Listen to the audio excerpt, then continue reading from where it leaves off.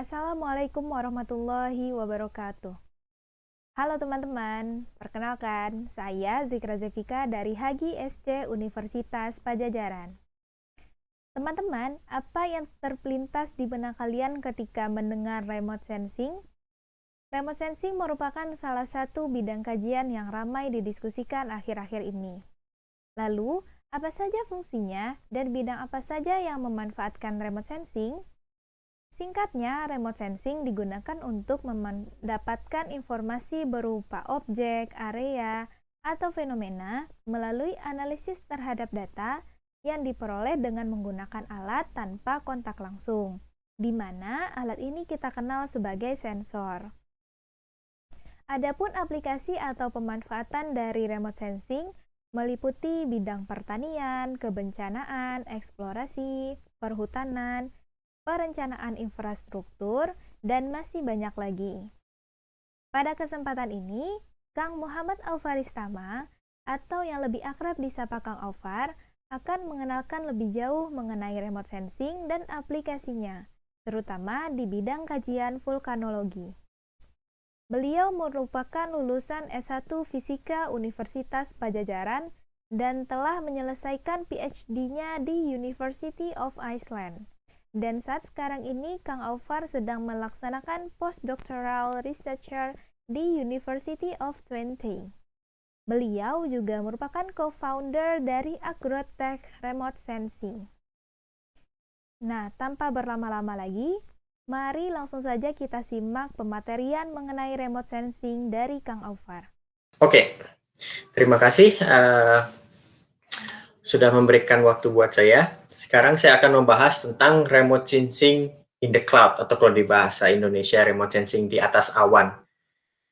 Kalau pembahasan saya sekarang lebih bukan ke fundamental remote sensing-nya, saya anggap yang mengikuti kuliah ini sudah paham remote sensing secara basic, tapi saya akan lebih membahas bagaimana sih future-nya remote sensing ke depan dengan remote sensing yang di atas awan ini atau remote sensing in the cloud, dan prospek dalam memproses data dan analisis data secara rapid. Nah, saya singgung terlebih dahulu sebelumnya remote sensing itu apa. Seperti Zikra tadi sudah sampaikan, remote sensing itu bisa kita sebut seni karena itu penuh dengan gambar seperti fotografi kan. Sains juga dan teknologi juga yang mengamati permukaan baik itu bumi ataupun batuan yang kita interest menggunakan teknik tertentu. Di dalam hal ini banyak menggunakan sensor di satelit, di UAV, drone, atau punya alat instrumen lainnya. Nah, tapi fokus remote sensing ini tersendiri lebih ke bumi, dari mulai ground, airborne, sampai satelit. Nah, fundamental dari remote sensing ini sendiri sebenarnya cukup simpel. Seperti di fisika dasar atau di teknik geofisika lainnya, itu gelombang. Seperti kalau di elektromagnetik, tentu kita punya gelombang elektromagnetik yang EM kalau magnetotelurik, GPR pun kita ada radar, gelombang radio waves, dan basic itu pun kita terapkan di remote sensing. Tapi di remote sensing ini sebenarnya ada dua, ada passive remote sensing, yang seperti GPR kita fokus di radio waves, dan satu lagi visible remote sensing atau optical remote sensing sampai infrared segini yang fokusnya di gelombang yang tampak dan juga gelombang infrared di sini. Ada juga remote sensing lainnya yang fokus kepada astronomi seperti menggunakan X-ray, gamma ray, ultraviolet. Ini rata-rata kalau kita mengamati ada lubang hitam kah di luar angkasa dan sebagainya. Itu juga bisa kita sebut remote sensing.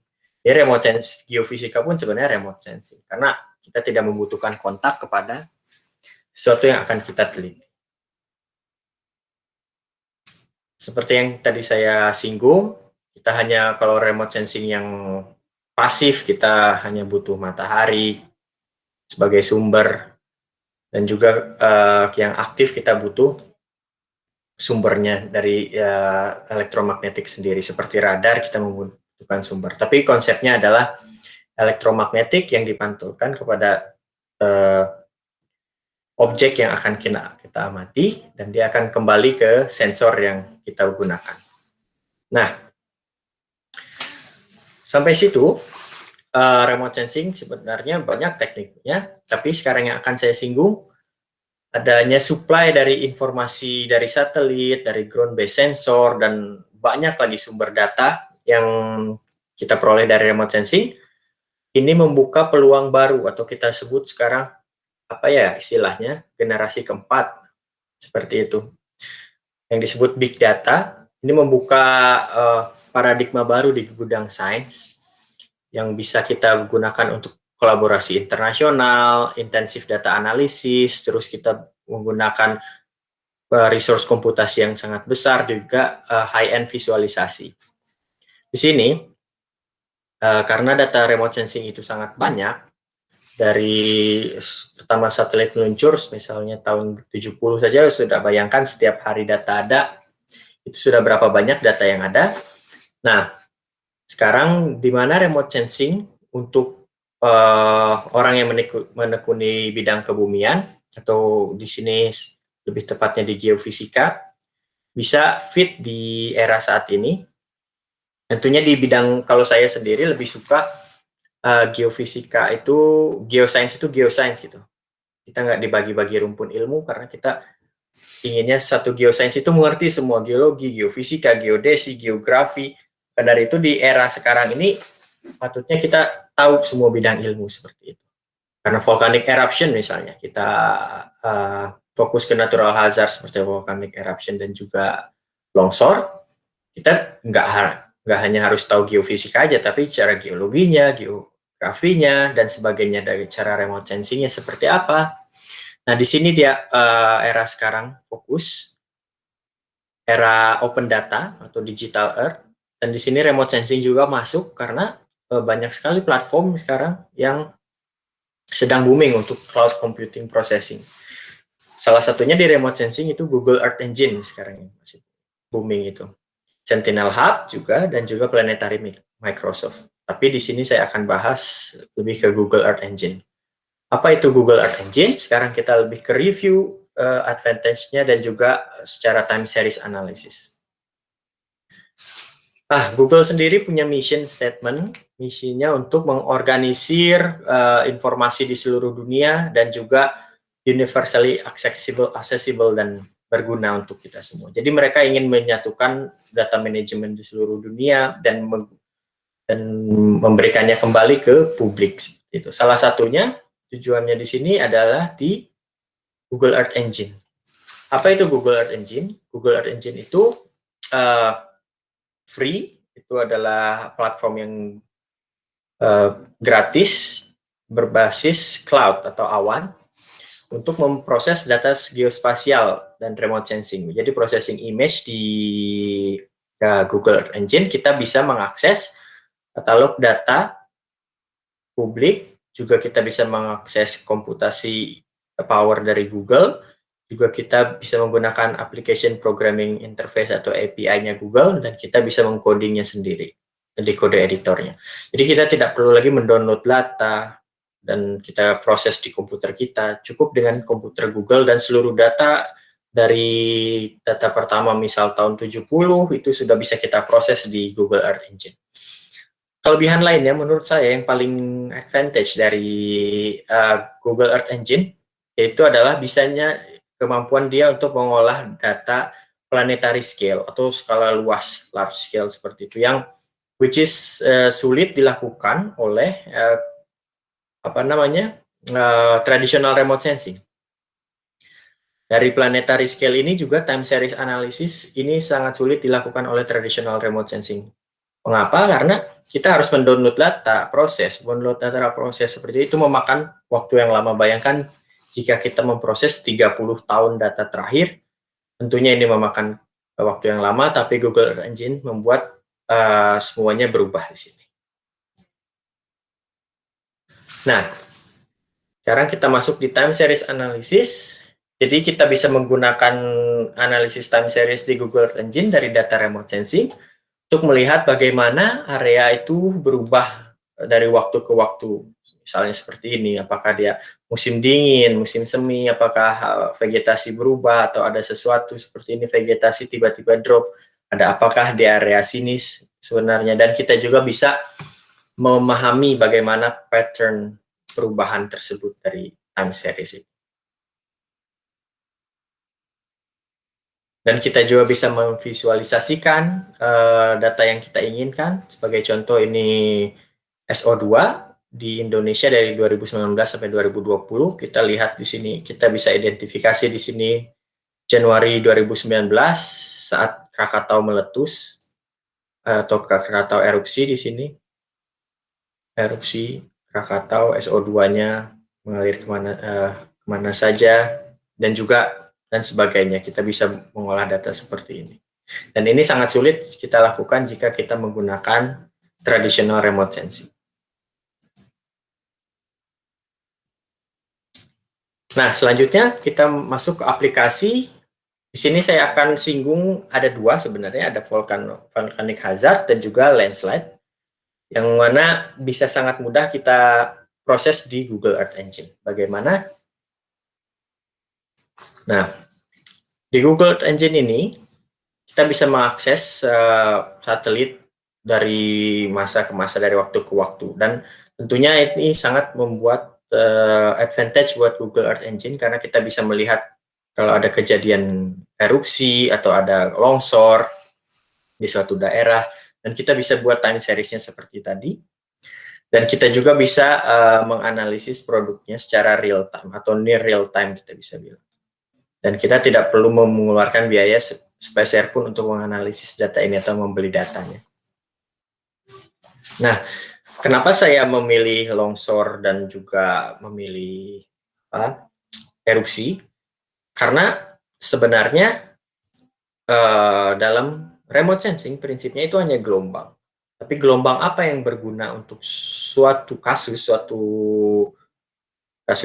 misalkan erupsi, kita lihat dengan mata telanjang seperti ini di panjang gelombang natural color, kita tidak bisa melihat kemana lava, tapi begitu kita mengganti panjang gelombang ke short wave infrared sampai near infrared, kita bisa lihat lavanya ke arah mana.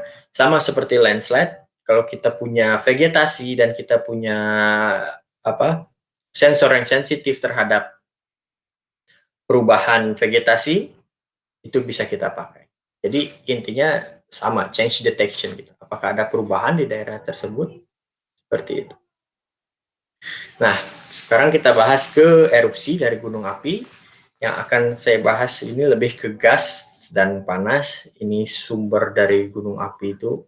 Biasanya ada lava flow, pasti terdeteksi ada perubahan temperatur. Dan ini disebabkan oleh magma di reservoir. Dan juga ada perubahan gas tentunya. Nah, ini yang bisa kita amati dari remote sensing. Bagaimana caranya? Nah, pertama yang akan saya sampaikan itu, sebenarnya tidak ada satelit yang dikhususkan untuk volcano. Dan nggak ada misi satelit apapun yang dikhususkan untuk vulkanologi sampai saat ini. Tapi banyak sensor thermal yang berguna, yang didesain untuk civilian, untuk militer, atau untuk industri yang bisa kita gunakan untuk volcanological application. Nah, dengan adanya keterbatasan itu, maka kita harus menggunakan data-data yang ada saja sebenarnya. Dan data tersebut tidak sempurna, tidak ada data yang sempurna, tapi di sini kita bisa tahu limitasi dari data-data tersebut. Nah, untuk aplikasi vulkanologi ini biasanya yang digunakan adalah panjang gelombang near infrared sampai short wave infrared, di mana panjang gelombangnya antara 0,8 sampai 3 mikrometer, dan di thermal infrared dari 5 sampai 20 mikrometer. Sini yang di sini digunakan untuk aktif lava atau aktif pyroclastic flow. Kalau di sini biasanya untuk fumarole atau crater lake untuk thermal infrared.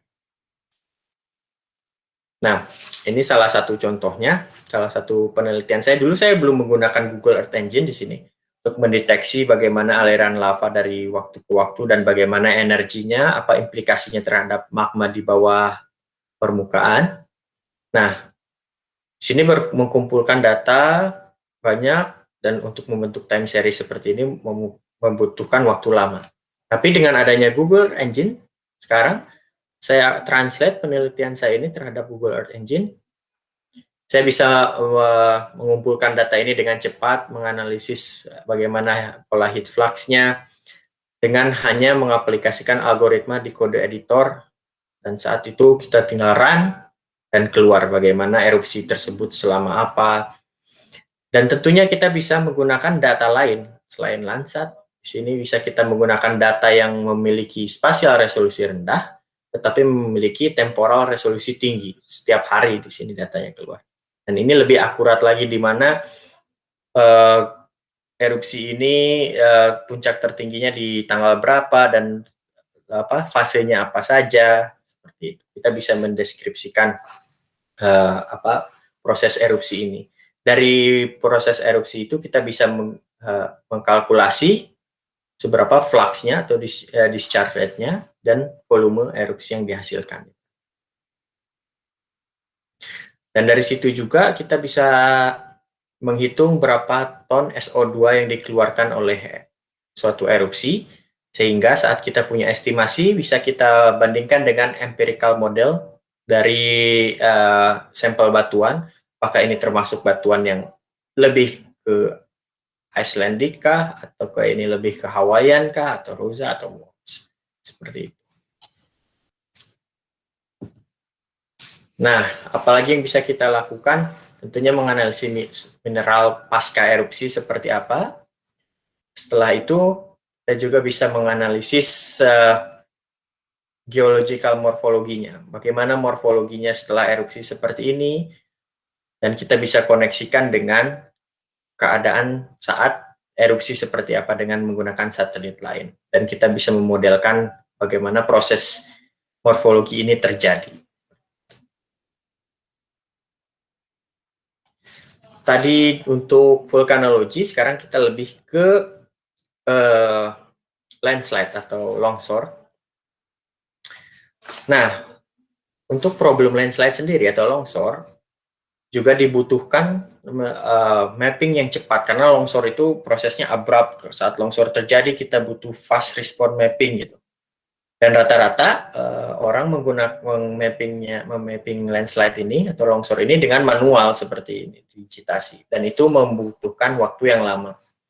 Dan sangat membutuhkan data dengan resolusi tinggi.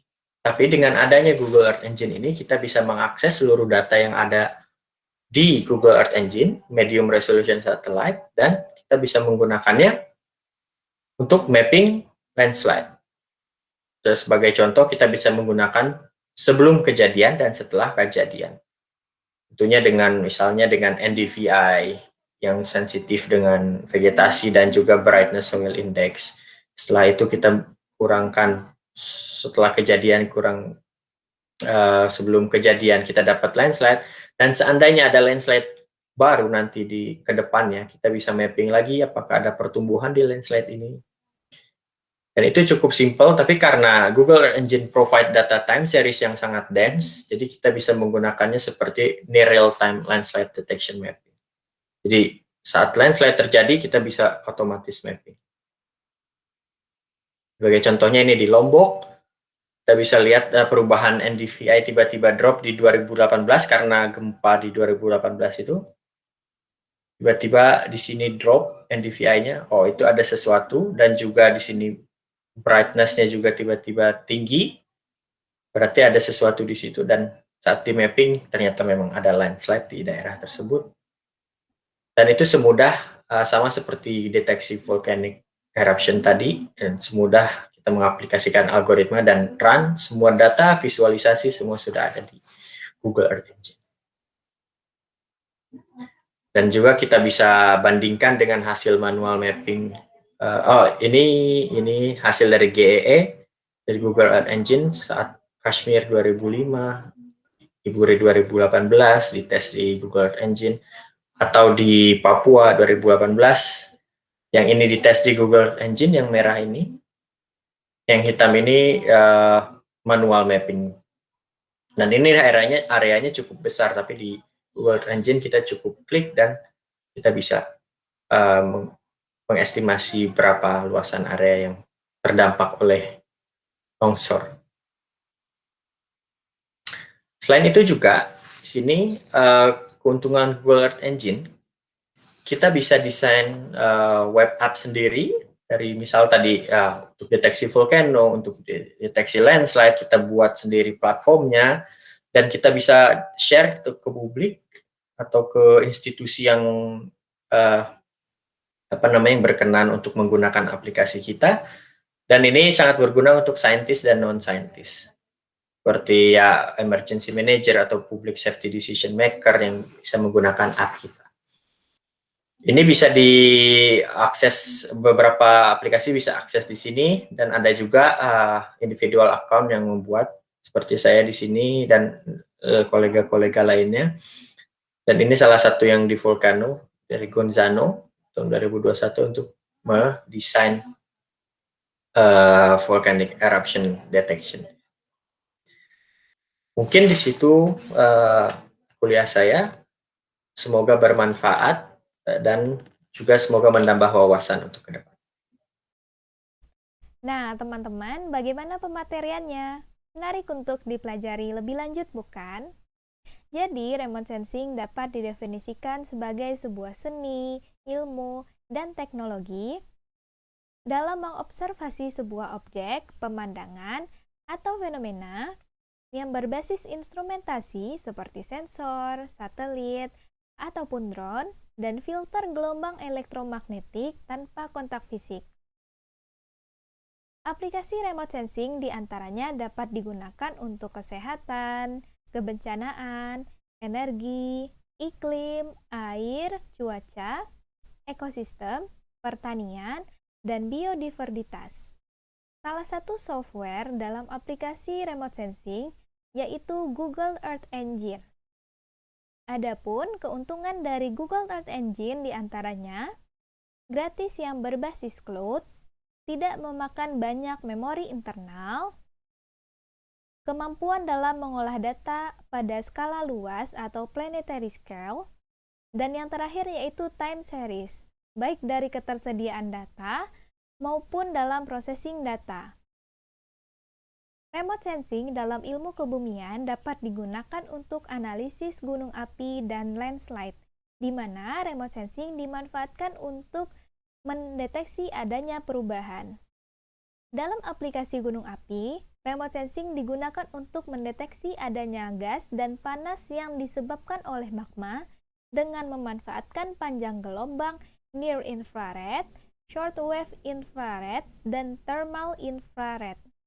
Sedangkan untuk mendeteksi perubahan tanah atau landslide, remote sensing diaplikasikan dengan menggunakan indeks vegetasi yang kontras terhadap Brightness Soil Index atau BSI. Sekian e-learning mengenai remote sensing pada kali ini. Terima kasih kepada Kang Ovar atas pemaparannya yang begitu menarik. Terima kasih juga kepada teman-teman yang sudah berkenan menonton dan memperhatikan hingga selesai. Sampai jumpa di e-learning berikutnya. Assalamualaikum warahmatullahi wabarakatuh.